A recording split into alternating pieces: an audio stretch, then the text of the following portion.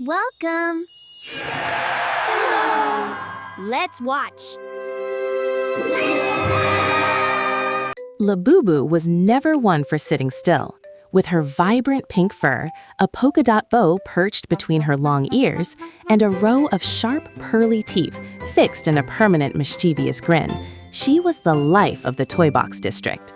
However, one Tuesday afternoon, while attempting a particularly daring somersault off the velvet sofa, Labubu felt a strange, sharp, prickling sensation just under her left arm.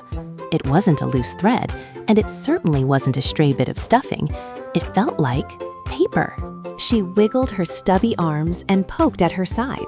To her utter shock, a thin, gilded edge was poking out from her own side seam. With a sharp tug, she pulled.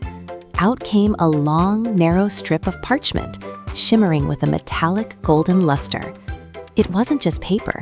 It was a fragment of a complex schematic, drawn in ink that seemed to glow with its own internal light.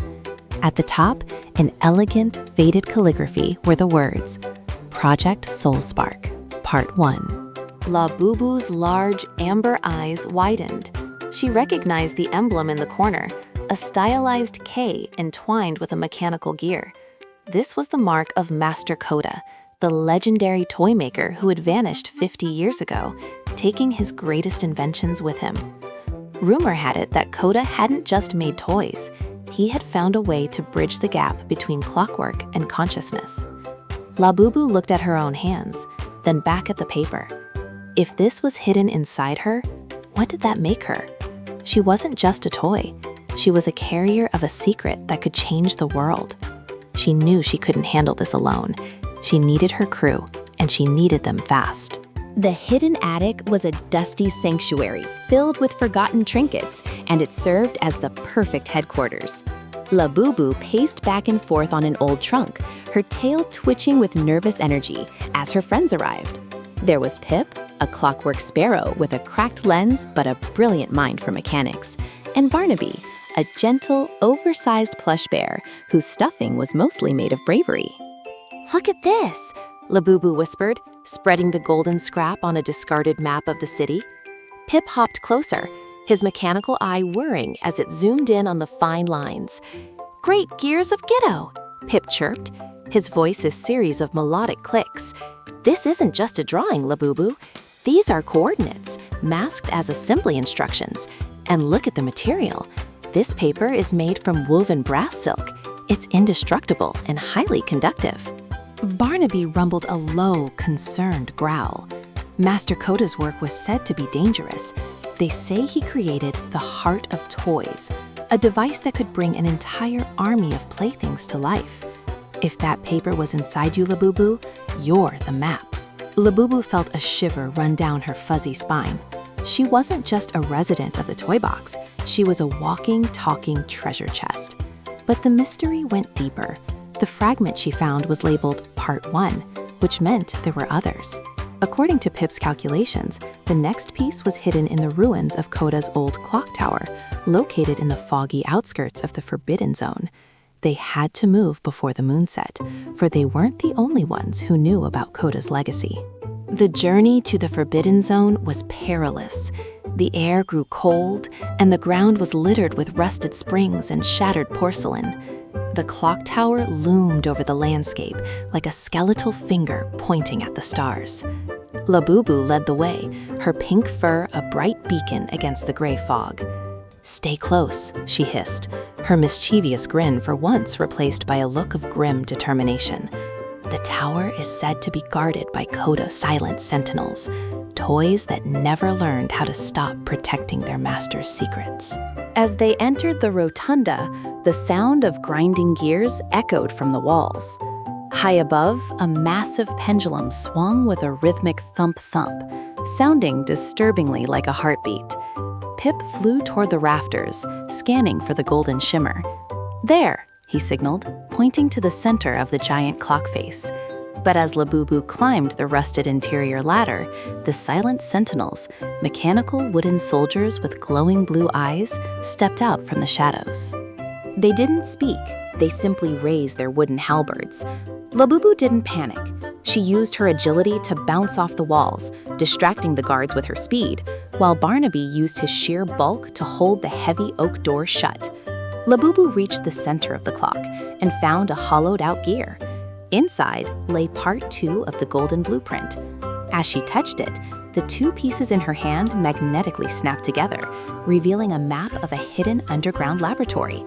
But just as the path became clear, a cold, synthesized voice boomed through the chamber. "Thank you for doing the heavy lifting, Labubu."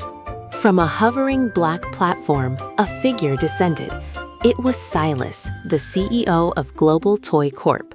He was dressed in a suit that looked more like armor, his face partially hidden by a sleek silver visor. Behind him stood a dozen high-tech S-units, drones designed for efficiency and destruction. Siles didn't care about the magic of toys. He cared about the heart of toys as a source of infinite, programmable labor. Master Koda was a dreamer, Siles sneered, his voice smooth and terrifying. "I know better. They deserve utility. Give me the blueprint fragments, Labubu. You are an obsolete prototype, but that paper is the key to the most profitable manufacturing engine in history." Labubu clutched the golden parchment to her chest. She saw the drone's lasers lock onto her. "Not today, suit man," Labubu yelled. She didn't fight with weapons, she fought with play. She threw a handful of marbles of chaos, one of Pick's inventions, onto the floor. The drones, programmed for rigid movement, began to slip and crash into one another.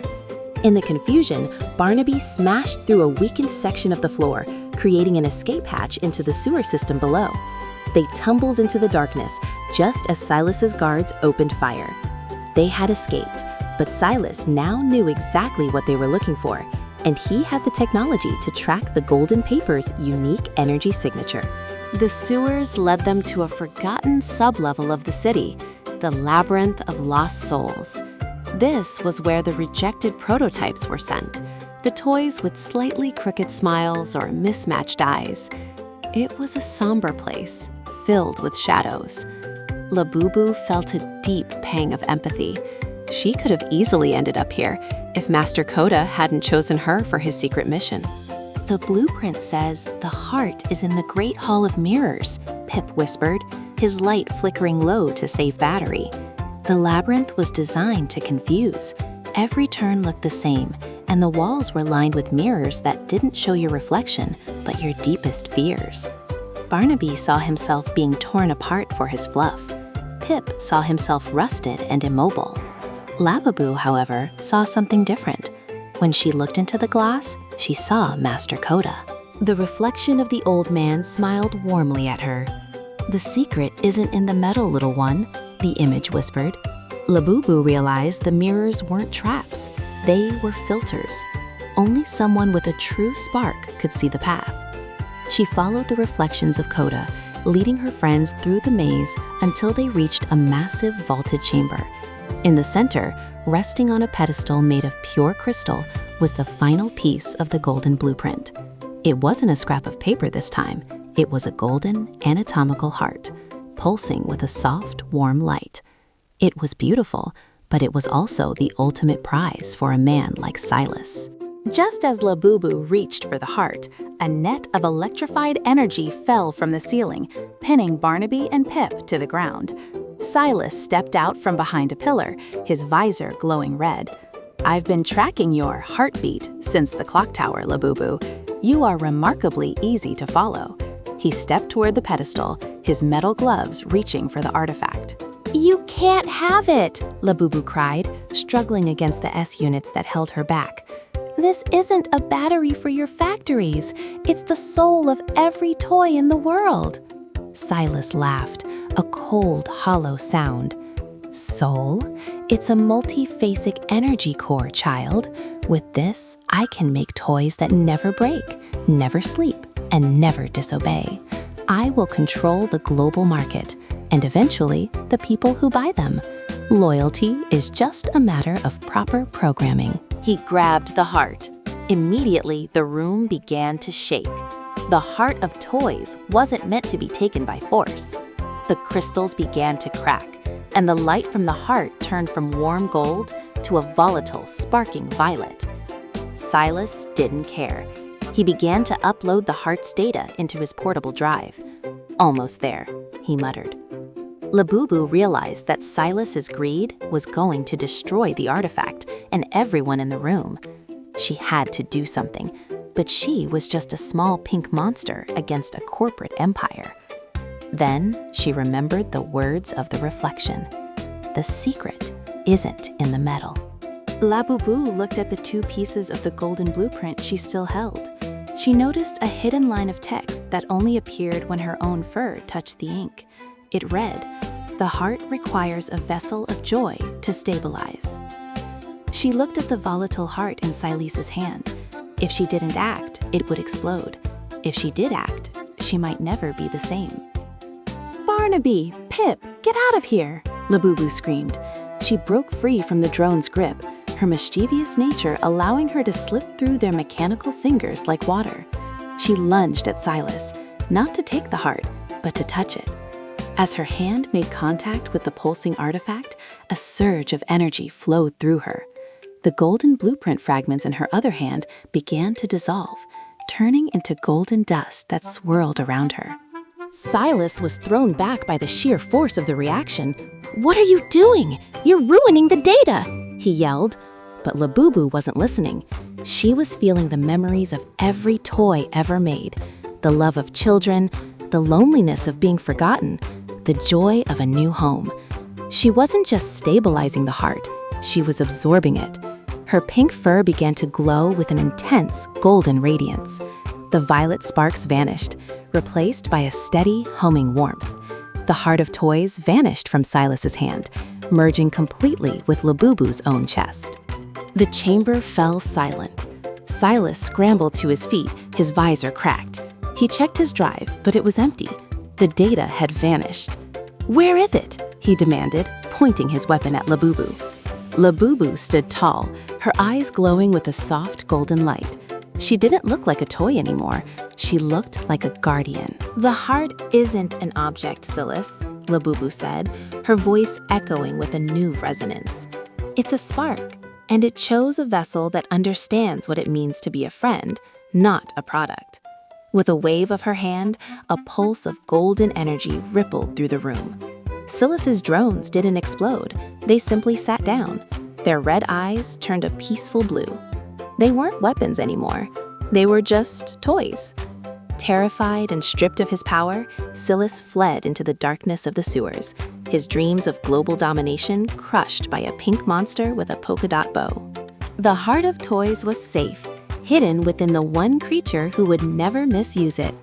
Labubu, Barnaby, and Pip returned to the Toy Box District as heroes, though only they knew the truth.